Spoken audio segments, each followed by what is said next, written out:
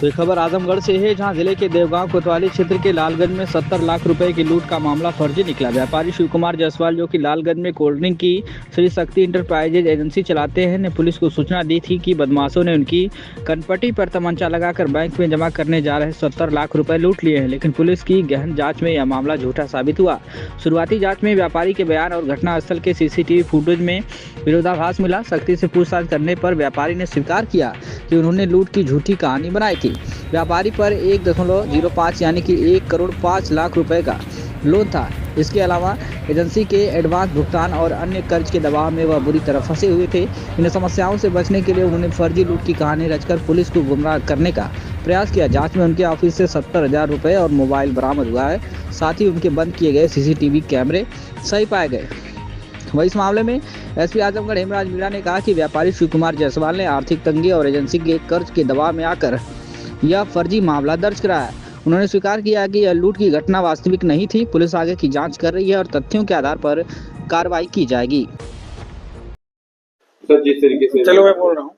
देखिए, थाना देवगांव में आज सुबह करीब 10:30 बजे के आसपास में एक शिव कुमार जायसवाल नाम से कोल्ड ड्रिंक की एक होलसेल की दुकान करने वाले व्यापारी है। इनके द्वारा ये सूचना दिया गया था कि दो व्यक्ति उनकी दुकान पे आए और उनके पास में 70 लाख रुपया था, जो तमंचे की बट से उनके सिर पे मारा उन्होंने, और उनसे 2 बैग हैं वो पैसे रखे हुए थे, उसको लेके वो चले गए हैं। इसी पर तत्काल थाना प्रभारी और सभी अधिकारियों के द्वारा घटनास्थल का निरीक्षण किया गया और वहाँ पे लगे CCTV और आसपास की जो दुकानों के CCTV वो चेक किए गए और उनसे डिटेल में जब पूछताछ की गई तो घटना संदिग्ध प्रतीत हो रही थी और जो पैसे का जो सोर्स था वो सही तरीके से बता नहीं पा रहे थे। इसी पे हम लोगों ने विस्तृत पूछताछ की गई। आदरणीय DIG महोदय के द्वारा भी वहाँ पे उनसे पूछताछ की गई और जो ये देखा गया कि उन्होंने अपना CCTV बंद किया हुआ था और दुकान पे उस समय 2 ही लोग थे, एक वो और एक उनके कंप्यूटर ऑपरेटर। इन दोनों से जब अलग अलग पूछताछ की गई तो कुछ चीज़ें संदिग्ध प्रतीत हुई और फिर बाद में जब पूरा हमने जांच पड़ताल किया गया तो ये जानकारी प्राप्त हुई कि उन्होंने 2 बैंक हैं, एक एक्स्ट्रा कैप के नाम से एक फाइनेंसिंग बैंक है और दूसरा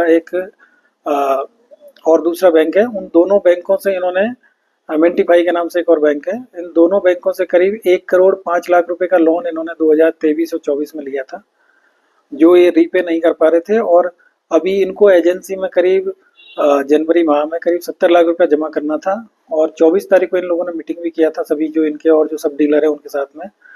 तो इनको करीब 70 लाख रुपए का इन्होंने उस दिन डिसाइड हुआ था कि इस मंडे को जमा करना है और आज जब इनके पास में पैसे नहीं थे तो इन्होंने फिर इस तरीके से प्लान करके झूठी एक सूचना दी है।